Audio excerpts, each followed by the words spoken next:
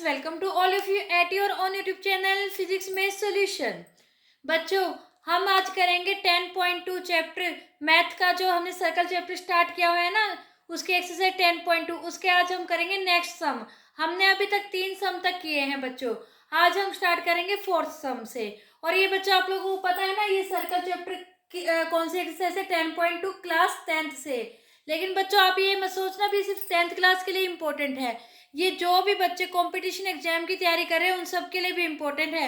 इसलिए सभी बच्चे जो 10th क्लास में पढ़ रहे हैं या किसी भी कंपटीशन एग्जाम की तैयारी कर रहे हैं, वो सभी बच्चे ध्यान से समझना बच्चों, ताकि आप लोगों को दोबारा दोबारा से करने की जरूरत ना पड़े, एक बारी में ही समझ में आ जाए। बच्चों बहुत आसान है, इसमें ज्यादा टेंशन वाली तो बात है ही नहीं बिल्कुल भी।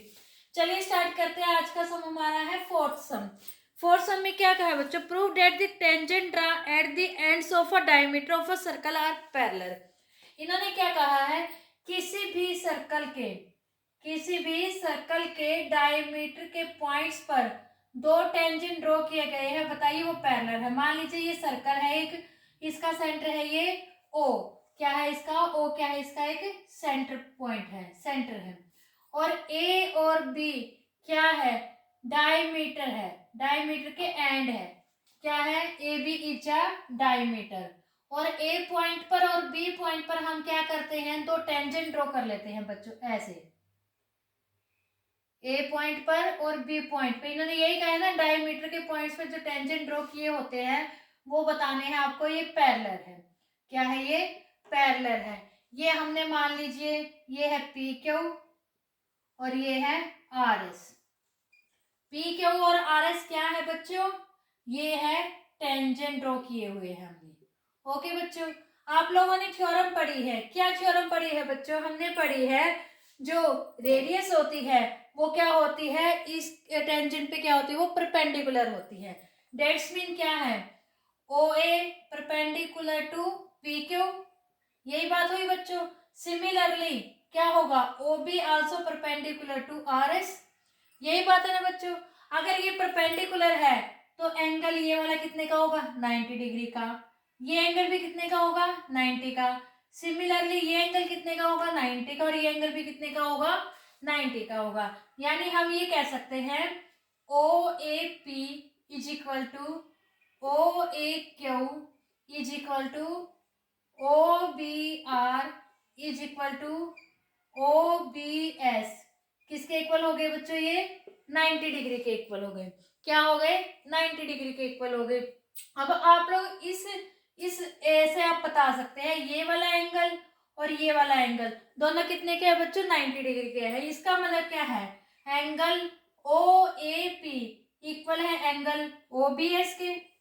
यही बात है ना बच्चों। और सिमिलरली ये एंगल और ये एंगल भी इक्वल है। क्यों? क्योंकि ये सारे के सारे 90 डिग्री के हैं।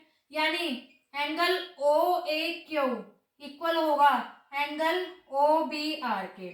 लेकिन बच्चों ध्यान करो, ये क्या है? ये अल्टरनेट इंटीरियर एंगल है। क्या है? Alternate interior angle. और ये एंगल जब इक्वल होते हैं बच्चों, जब ये क्या है, दोनों के दोनों लाइंस पैरेलल हो, तो हम इस इस रिजल्ट से हम कह सकते हैं जो पी क्यू है वो पैरेलल होगा आर एस के। ओके बच्चों, बहुत आसान है ना, समझ में आ गया ना। इन्होंने ये पूछा था एक सर्कल के डायमीटर के एंड्स पर जो टेंजेंट ड्रॉ किए हैं, आप बताइए वो दोनों के दोनों टेंजेंट पैरेलल होते हैं। और हमने यही किया है। हमने ये डायमीटर लिया, इस पे दो टेंजेंट यहाँ पर ड्रॉ किए। तो हमने ये बताया क्योंकि रेडियस परपेंडिकुलर होती है तो ये एंगल क्या होते हैं? 90 डिग्री के होते हैं। 90 डिग्री का होने का मतलब क्या है? ये एंगल इसके इक्वल है, ये एंगल इसके इक्वल है, सारे 90 90 के हैं। अगर ये एंगल इक्वल है, लेकिन ये तो एंगल अल्टरनेट इंटीरियर एंगल हो गए।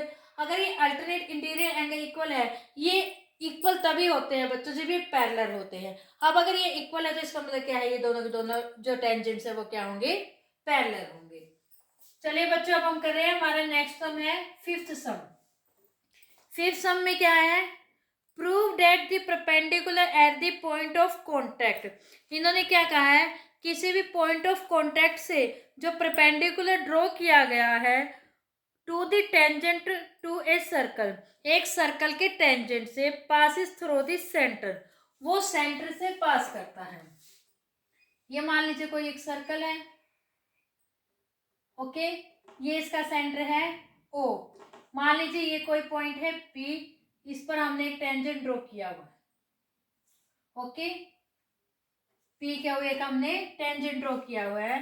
तो इन्होंने क्या कहा है, जो इस पर ये परपेंडिकुलर है, क्या है ये, परपेंडिकुलर है, ये सेंटर से पास करता है। किससे पास करता है, सेंटर से। हमने मान लिया है ये कोई पॉइंट RP है, RP क्या है, परपेंडिकुलर है किस पर, P के ऊपर, ओके। और जो R है, R कहाँ लाइज करता है, R lies on the circle, वो सर्कल के ऊपर लाई करता है। अब हमें पता है रेडियस परपेंडिकुलर होती है किस पर, टेंजेंट पे। इसका मतलब एंगल OPQ किसके इक्वल हो जाएगा बच्चों, 90 डिग्री के एंगल। लेकिन अभी हमने कहा है RP परपेंडिकुलर है P के ऊपर, RP परपेंडिकुलर है P के ऊपर, इसका मतलब क्या हो गया, RPQ is also equal to 90 degree. और ये कब होगा बच्चों, ये कब पॉसिबल है कि दोनों के दोनों एंगल इक्वल होंगे, जब ये तीनों के तीनों एक लाइन में होंगे। इसका मतलब हम ये कहेंगे भी, it is possible only when O lies on RP, O lies on RP। और O क्या था बच्चों, O is the centre of the circle. इससे क्या प्रूव हो गया, इससे ये प्रूव हो गया ये पास करता है सेंटर से। हमें यही तो बताना था, है ना, बहुत आसान। इन्होंने क्या कहा है, इन्होंने पूछा था बच्चों, इन्होंने ये पूछा था जो परपेंडिकुलर ड्रॉ किया गया किसी टेंजेंट पर, आप बताइए क्या वो सर्कल के सेंटर से पास करता है। तो हमने कहा हाँ पास करता है। कैसे पास करता है, तो हमने यहाँ पर ये बता दिया। आसान है ना बच्चों। चलिए हम एक सम और कर लेते हैं, 6 सम।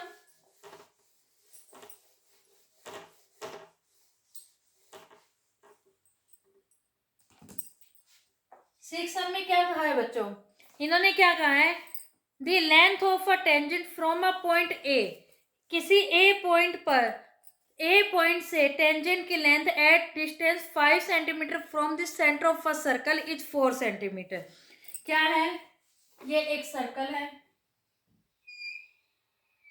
ओके बच्चों, ये एक क्या है, टेंजेंट है, क्या है, एक टेंजेंट है। आगे इन्होंने क्या कहा है, length of a tangent from the point A, किसी ए पॉइंट से, मान लीजिए ये है ए पॉइंट, ओके बच्चों, क्या है इधर, ये ए पॉइंट है, किसी पॉइंट ए से एट डिस्टेंस 5 सेंटीमीटर, 5 सेंटीमीटर है सेंटर से। और जो ये टेंजेंट है इसकी लेंथ कितनी दे रखी है, 4 सेंटीमीटर, कितनी दे रखी है, 4 सेंटीमीटर। तो इन्होंने क्या कहा है, आप बताइए, find the radius of this circle, आपको सर्कल की रेडियस बतानी है। ये मान लीजिए बी पॉइंट है, ओके बच्चों, आपको क्या निकालना है, ये निकालना है। अब हम जानते हैं radius is perpendicular to the tangent, जानते हैं ना बच्चों, हम इसी का यूज कर रहे हैं बार बार। इसका मतलब क्या है, O B perpendicular to A B, O B अगर परपेंडिकुलर है तो ये 90 डिग्री का एंगल होगा, ये 90 डिग्री का एंगल होगा तो ओ ए बी क्या होगी, ये जे राइट एंगल ट्रायंगल, क्या होगी, ये जे राइट एंगल ट्रायंगल होगी। अगर ये राइट एंगल ट्रायंगल होगी तो बच्चे इसमें पाइथागोरस थ्योरम लगा दो, by using Pythagoras theorem. Pythagoras theorem में क्या होता है बच्चों, हाइपोटेन्यूज का square is equal to the perpendicular का स्क्वायर प्लस में बेस का स्क्वायर, ओके बच्चों, यही होता है ना।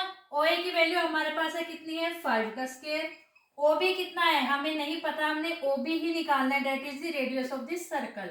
ए बी कितना है बच्चों, 4 का स्क्वायर, आप इसका स्क्वायर खोल दीजिए, 25, ओ बी का स्क्वायर प्लस में 4 का स्क्वायर इज 16, तो 25 हम 16 को यहाँ ले आते हैं तो माइनस का हो जाएगा, ओ बी का स्क्वायर यहाँ पे आ जाएगा बच्चों 9, that is equal to O B का square, square root on the both side which is equal to 3 is equal to O B. यानी जो ओ बी की वैल्यू है, रेडियस ऑफ दी सर्कल कितनी आ गई, 3 सेंटीमीटर। बहुत आसान है ना बच्चों। आई होप बच्चों आप लोगों को आज के हमारे ये तीनों सम 10.2 की एक्सरसाइज का 4th और 5th और 6th सम बहुत अच्छे से समझ में आ गया होगा। अगर कोई डाउट है तो आप लोग कमेंट सेक्शन में कमेंट करके पूछ सकते हैं। और अगर आपको आज के हमारे ये सम अच्छे से समझ में आ गए हैं तो हमारी वीडियो को लाइक कीजिए और शेयर कीजिए और चैनल को सब्सक्राइब कीजिए बच्चों, ताकि आपको हमारे आने वाली नेक्स्ट वीडियोज की नोटिफिकेशन मिलते रहे। तब तक के लिए बच्चों goodbye and take care. Thank you so much बच्चों।